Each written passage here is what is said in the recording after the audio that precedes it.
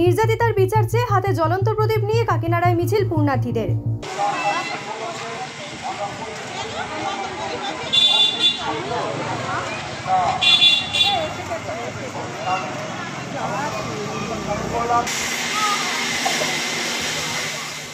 আজ কৌশিকী অমাবস্যা অন্য সব অমাবস্যার থেকে একটু আলাদা। তন্ত্র ও শাস্ত্র মতে ভাদ্র মাসের এই তিথিতে অনেক কঠিন সাধনায় সিদ্ধিলাভ করা সম্ভব হয়। প্রতি বছরের মতো এবারও বীরভূমের শক্তিপীঠে উপচে পড়া ভিড়। ভক্তরা মায়ের কাছে পুজো দিয়ে নির্যাতিতার বিচারে প্রার্থনা করলেন। কৌশিকী অমাবস্যা উপলক্ষে 51 সতীপীঠের অন্যতম পীঠ কঙ্কালীতলা মন্দিরেও বিশেষ পূজার আয়োজন করা হয়েছে। নৈহাটির বড়মা থেকে শুরু করে সমস্ত শক্তি মায়ের মন্দিরে আজ পুণ্যার্থীদের ভিড়।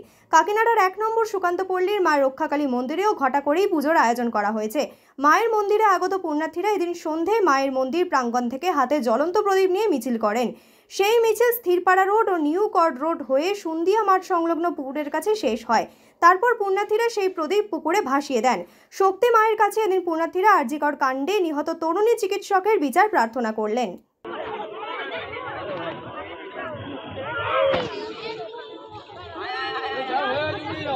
ইভেন্ট চেঞ্জ করলেন নাকি?